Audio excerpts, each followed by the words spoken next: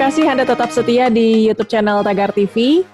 Saya Kori Olivia kembali menemani Anda dalam program Jelang Beduk Maghrib bersama Ustadz Sukron Makmun, intelektual Nahdlatul Ulama sekaligus penulis buku Moderatisme Islam dalam Konteks Indonesia Kekinian. Assalamualaikum Ustadz, apa kabar? Waalaikumsalam warahmatullahi wabarakatuh. Alhamdulillah baik Mbak Kori dan juga para pemirsa Tagar TV. Pak Ustadz, topik kita hari ini adalah tentang zakat. Iya. Jadi kan dalam Islam dikenal banyak jenis zakat ya, bukan hanya zakat fitrah pas Ramadan, ada juga zakat penghasilan ya. Iya. Nah, sebenarnya kan konsep zakat ini bagus ya Ustadz. Iya. Tapi menurut Pak Ustadz sendiri gimana sih tingkat kesadaran Muslim Indonesia dalam membayar zakat penghasilan tiap bulan? Iya. Jadi terima kasih Mbak Kori, pertanyaan yang sangat menarik ya. Ini sebenarnya pertanyaan banyak sekali kalau di pengajian-pengajian juga. Bahwa kalau dalam Islam itu ada zakat mal, yaitu zakat harta ya. Di situ nanti ada zakat pertanian, perkebunan, ada zakat penghasilan atau zakat profesi dan lain sebagainya ya. Kalau zakat fitrah itu karena kaitannya dengan puasa Ramadan, biasanya nanti di akhir Ramadan sebagai untuk penyempurnaan puasa itu adalah harus ada tanggung jawab sosial. Sehingga ketika Idul Fitri itu tidak lagi ada Muslim yang tidak bisa makan atau masih sedih, seperti itu. Kalau zakat mal itu memang dari seorang Muslim ketika mempunyai dikasih karunia oleh Allah, di situ ada sebagian yang menjadi hak orang-orang yang miskin atau orang-orang yang melarat dan juga para peminta-minta. Isa'ili wal mahrum, orang-orang yang underprivileged itu sebenarnya ada hak di situ. Yaitu tergantung ya. Kalau zakat penghasilan atau zakat profesi ini sebenarnya masih debatable, tapi kebanyakan ulama ini membolehkan, dan ini adalah karena kalau petani aja yang tidak sebesar seorang dokter misalkan, dia zakatnya adalah bisa 5% sampai 10%, tergantung itu sawahnya itu tadah hujan atau tidak kan gitu. Masuk dokter yang misalkan penghasilan 50 ini dia tidak zakat ya. Dan juga kenapa orang itu wajib zakat ya, karena kita tidak bisa menjamin bahwa satu penghasilan yang kita peroleh ini apakah betul murni 100% ya.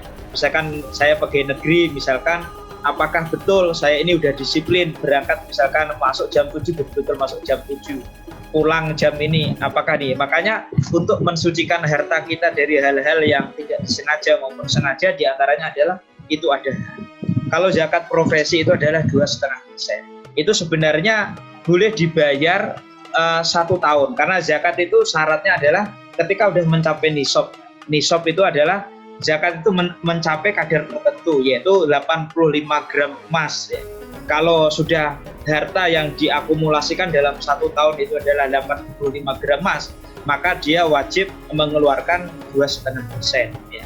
2,5% dari nisab itu. Tapi memang itu boleh nanti 1 tahun itu hanya kewajiban sekali.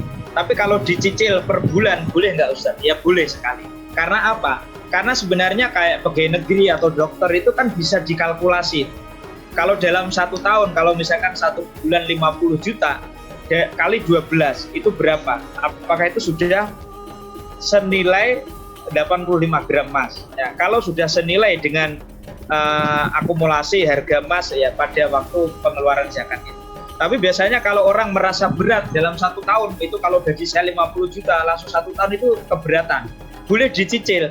Jadi per bulan boleh. Jadi nanti di waktu haul, waktu tahun ya, ketika udah mencapai 1 tahun itu belum terpel haul, tinggal membayar kekurangannya. Ya, kekurangan dari wajib zakat tadi. Kalau misalkan dari 50 kali 12 dikali 2,5% ya, itu nanti masih ada kekurangan enggak? Kalau kurang ya berarti tinggal bayar kekurangan gitu. Tapi dibayar 1 tahun sekali juga boleh.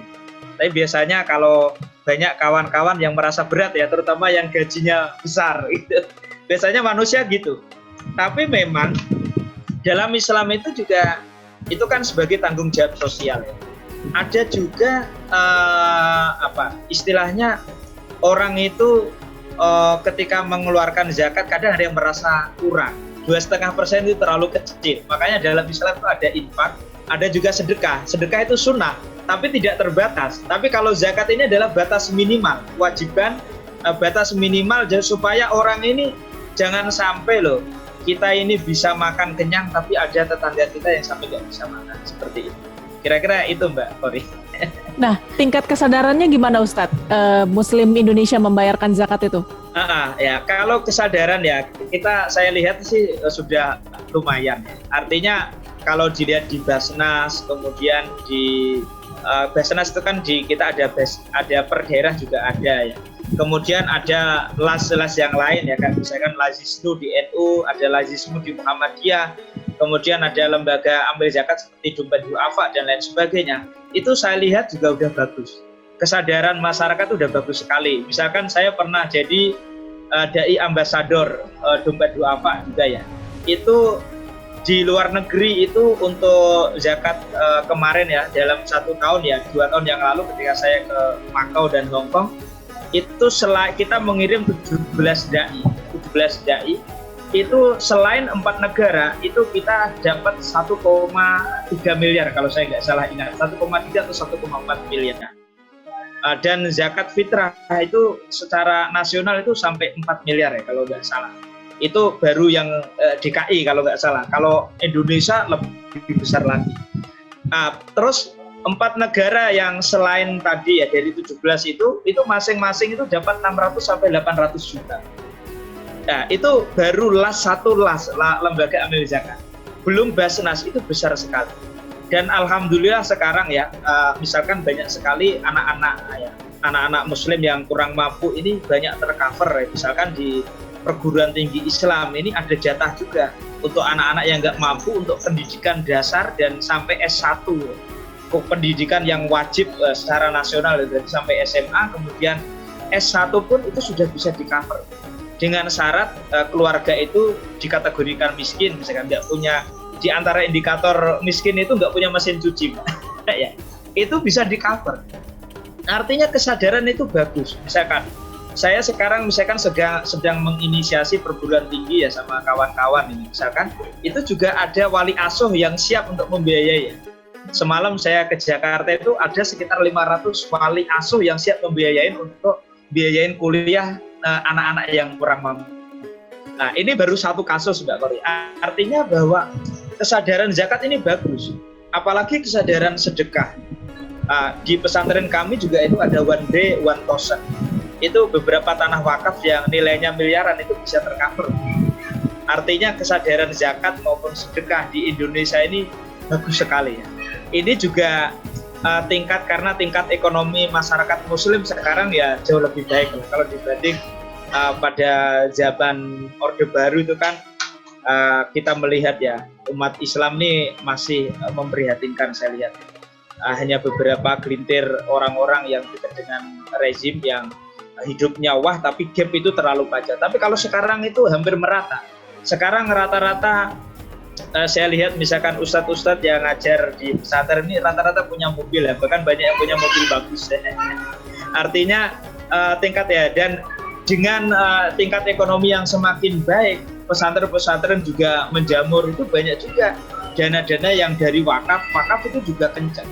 Di pesantren kami misalkan ada wakaf itu 1,6 hektar yang belum lama, kemudian kemarin ada yang mau wakaf lagi 1,3 hektar ya.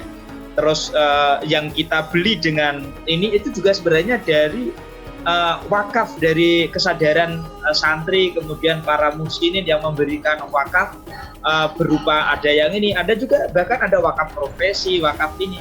Artinya tidak hanya zakat, pokoknya zakat, infak, sedekah dan wakaf ini di umat Islam ini menjadi aset yang luar biasa di Indonesia, terutama di Indonesia. Kira-kira seperti itu, Mbak. Baik, Pak Ustadz. Terima kasih Pak Ustadz untuk waktunya. Sehat selalu ya Pak Ustadz ya. Ya, terima kasih Mbak. Waalaikumsalam warahmatullahi wabarakatuh. Semoga bermanfaat. Waalaikumsalam. Tagarian sedemikian Jelang Beduk Maghrib bersama Ustadz Sukron Makmun, ulama NU. Subscribe YouTube channel Tagar TV dan klik loncengnya juga untuk mengikuti video menarik membahas topik terhangat hanya untuk Anda. Saya Kori Olivia, Tagar TV.